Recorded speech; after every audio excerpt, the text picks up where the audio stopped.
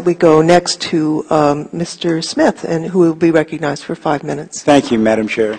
Dr. Swain, thank you for your excellent testimony, and thank you for trying to answer all the questions that you've been asked. I have a couple of more questions, and the first is this.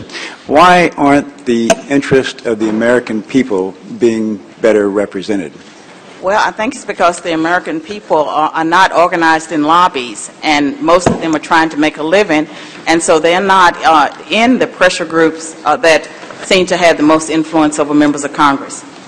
Okay. And you mentioned or referred in your testimony to the danger of sort of what we might call chain guest workers. And if they come in and are allowed to stay, they're going to probably take another job at a higher pay as soon as they can. What are the consequences of that? Well, I mean, it's pretty clear that in some areas of the country, African Americans, they work in hotels, they work in restaurants, they do yard work, they do that.